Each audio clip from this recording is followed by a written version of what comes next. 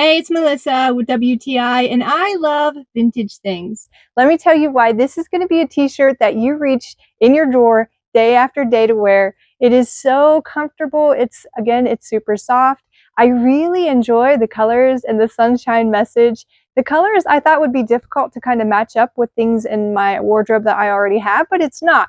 I like to pair it with a pair of boots and jeans and a jacket. Right now it's still springtime, so we do have some colder days.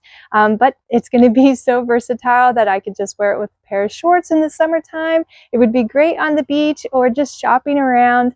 I really enjoy that it has the fit that's not super tight or snug, which I think is why I feel like it makes me more comfortable, is because I don't have to feel so constricted. It doesn't hang super loose either though.